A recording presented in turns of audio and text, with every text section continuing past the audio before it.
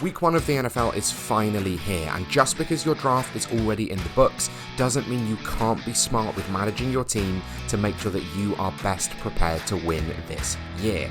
In this video, I'm going to be talking you through 8 players that are still available on the waiver wire in a fair amount of leagues on Sleeper, including one who I think could be a huge league winner who is available in 87% of your redraft leagues. I'm also going to be talking through defenses and a couple of tips that I think make sense for you to manage your roster to be able to best compete. Last year we had some fantastic players available on the waiver wire from the beginning of the season, like Baker Mayfield and Jordan Mason. And this year there are going to be sleepers just the same, who are just waiting on your waiver wire to be picked up. And just because you've already drafted doesn't mean you can't go and do it. If you enjoy content like this, please consider liking and subscribing. But the first thing that I want to talk with you about is your IR spots. In most leagues, you will have injured reserve spots available to you, and that means that you can pick up a player, stash them, and it doesn't cost you a roster spot, so you can still go and get another player instead. If you aren't currently using your IR spots for one of the players currently available on PUP or IR itself, you are losing out. You are missing on potential value of some players that are out there on the market for you to stash. What I would recommend is, if you play in a league with kickers or defenses, drop the kicker or the defense to pick up the injured player that you would like, stash them on IR, and then go and get the kicker or the defense. And it can be a different one from the one that you picked up, but chances are most people out there already have kickers and defenses rostered. So you're going to be smart, drop them, and go and get an injured player to stash. Some of the players available on IR or PUP right now are incredibly exciting and could really be league winners down the stretch. That's players like Joe Mixon, Tyjae Spears, Jalen McMillan, and Brandon Ayuk, alongside a fair few others. Even Taysom Hill could be someone worth stashing towards the end of the season. You need to be playing smart and getting any edge that you can get on your league mates. And so if any of these players are still out there, you need to be picking them up right away, stashing them and saving them for later in the season. The first player that I need you to check if they are still out there on your waiver wire is Ollie Gordon, currently the running back 2 for the Miami Dolphins and rostered in just 57% of leagues. Now, the league is kind of getting smart to Ollie Gordon at this point in time because Jalen Wright is injured, and that leaves Gordon currently as the second running back in this backfield. Now, just 2 seasons ago, the Dolphins had 2 top 4 scoring running backs in points per game in Raheem Mostert and Devon Achane. Now, obviously, none of us anticipate that being the same this year, but this backfield has shown an ability to rotate between different backs and an ability to score points with 2. Part of the reason this was the case was that Raheem Mostert had an extraordinary amount of the goal line work and was incredibly efficient on that workload. Ollie Gordon is a fantastic goal line back and is over 20 pounds heavier than Devon Achane and Jalen Wright as well. If you've been following my content this offseason, Gordon is someone that I've had a really keen eye on, particularly in the last few weeks, because he brings something very different to this backfield in terms of that physicality, that ability to win between the tackles, and particularly that goal line work. Ollie Gordon, to me, given how successful he was in college in 2023, winning the Doak Walker Award for the best running back in college, is someone that you have to be paying attention to. Because even though he went all the way down in the 6th round of the NFL draft, if he can show even 80% of what he was in 2023, this is going to be one of the better running backs in the NFL. A chance is all he really needed, and that opportunity is really likely to be there, playing in a backfield that likes to rotate out its running backs and with the current RB2 injured. So with Ollie Gordon available in just over 40% of your leagues on Sleeper, you need to go out and check straight away, because this could be someone that could be winning leagues straight from week 1. Darnell Mooney is rostered in 64% of leagues, but that doesn't mean that you shouldn't be going out to check and see if he's available. Mooney has been shaken up a little bit this offseason, which was potentially part of the reason why he's not being completely rostered, but I also think that people really aren't coming round to how good Darnell Mooney was last year. Mooney finished as the wide receiver 31 last season, with just under 1,000 yards and 5 receiving touchdowns. Now, the most important thing to say is that nothing in the Atlanta Falcons offense has changed going into this year.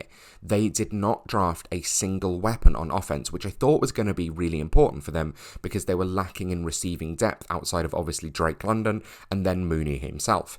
Now, Mooney is a little bit of a stinky name in fantasy football because we were all very excited about how well he performed with the Chicago Bears early on, and then he really dropped off. But in Atlanta, he is firmly established as the second option. And we all, as a community, like to clown Kyle Pitts, but if you don't think Kyle Pitts is going to be anything this year, Darnell Mooney has to be. He has to be something, because they can't just pass to Drake London every single pass. We know Michael Penix is an incredibly immobile quarterback, but a very accurate pocket passer. So Darnell Mooney will have to be the second target leader on this team. And the fact that he is available in over 35% of leagues on Sleeper is an absolute travesty. There are very few wide receiver 2s that you can get off waivers. And so Darnell Mooney, maybe people scared about the injuries during the offseason, but he is healthy to start week 1. I can't understand why this guy is still available in some leagues. Dylan Sampson of the Cleveland Browns is rostered in just 52% of leagues. Now, Sampson was a quite exciting prospect coming out, but one that we'd kind of dismissed for fantasy value. Sampson was an electric runner between the tackles, but I was a little bit unconvinced of his pass catching ability, which is something that you really should be a bit worried about when someone is that sort of lightning in a bottle, because you anticipate them to be the pass down back.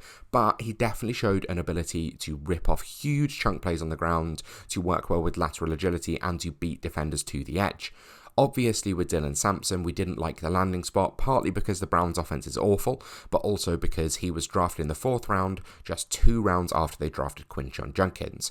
Now, Judkins is still uncertain if he's going to play week 1 or if he's going to play anywhere in the first half of this season, meaning that Dylan Sampson is going to be the starter. It will probably be the case that they will rotate between him and Jerome Ford, but Jerome Ford is purely a pass-catching specialist. Dylan Sampson will be getting the early down work, and this offensive line is actually better than we think it is. That leaves a huge amount of workload for Dylan Sampson, and I know it might be workload that's not getting near the goal line, it might be workload that is on a not particularly good offense, but running back is a volume-based position. So if you can get a starter off waivers in 48% of leagues on Sleeper, you need to be going and doing it right now. We are so uncertain of how this backfield is going to shape up with Judkins' legal issues in the offseason, but uncertain backfields is where you find gems in fantasy football. If you're enjoying this content, please consider liking and subscribing. I am about to move to 3 videos a week, although I am going on holiday next week, so maybe it'll only be 2 next week, as we get into the regular season, and there's going to be so much more fantastic content for you to be paying attention to, so click that button. If uncertain backfields lead to fantasy success, then this is maybe the most uncertain of them all, and it's on a fantastic offense. Now, in fantastic offenses and in uncertain backfields, you need to be taking the cheapest piece, and Chris Rodriguez of the Washington Commanders is rostered in just 13% of leagues on Sleeper. The hype has gone absolutely insane for Ja'Cory Krosky-Merritt, whose ADP is starting to settle around the 5th or 6th round, despite being a 7th round rookie. Now, Krosky-Merritt may have the chance to win the job, but I think more likely it is going to be a 3-headed committee, which means taking the cheapest piece is one of the best ways to buy into this offense. And it means that you don't lose out on too much value if it doesn't pay off, which with Krosky-Merritt, you are going to lose out on value if he doesn't pay off that current cost. If he's basically not the bell cow, he is a bad pick right now. Chris Rodriguez has been fantasy relevant in patches across his time in the NFL, mostly for being a good goal line back. But crucially, if he's going to be getting the goal line work, if he can translate that into some of the early down work and maybe form a bit of a tandem with Austin Eckler running out of the backfield as the pass catching specialist, which he's been for his entire career, Chris Rodriguez is going to be fantasy relevant this season. But he is available in 87% of your redraft leagues on Sleeper. That is someone that you have to be paying attention to. I would rather Ja'Cory Krosky-Merritt than Chris Rodriguez straight up, but would I rather pay a 5th round pick for JCM or pick Chris Rodriguez up off waivers? That, to me, is not a question at all. Adam Thielen, who is again playing for the Minnesota Vikings, is not going to be a league winner, but he could be a week winner in these first 3 games of the season. Adam Thielen was, of course, traded back to the Vikings because they are really missing some wide receiver depth, with Jordan Addison suspended for the first 3 weeks of the season, and some other options on the team kind of banged up as well, including Justin Jefferson. Now, Jefferson is going to play week 1, and Adam Thielen is not going to be Justin Jefferson. But if I could tell you that you could get the wide receiver 2 in one of the most exciting offenses in football in 50% of your leagues, you would absolutely snap that up.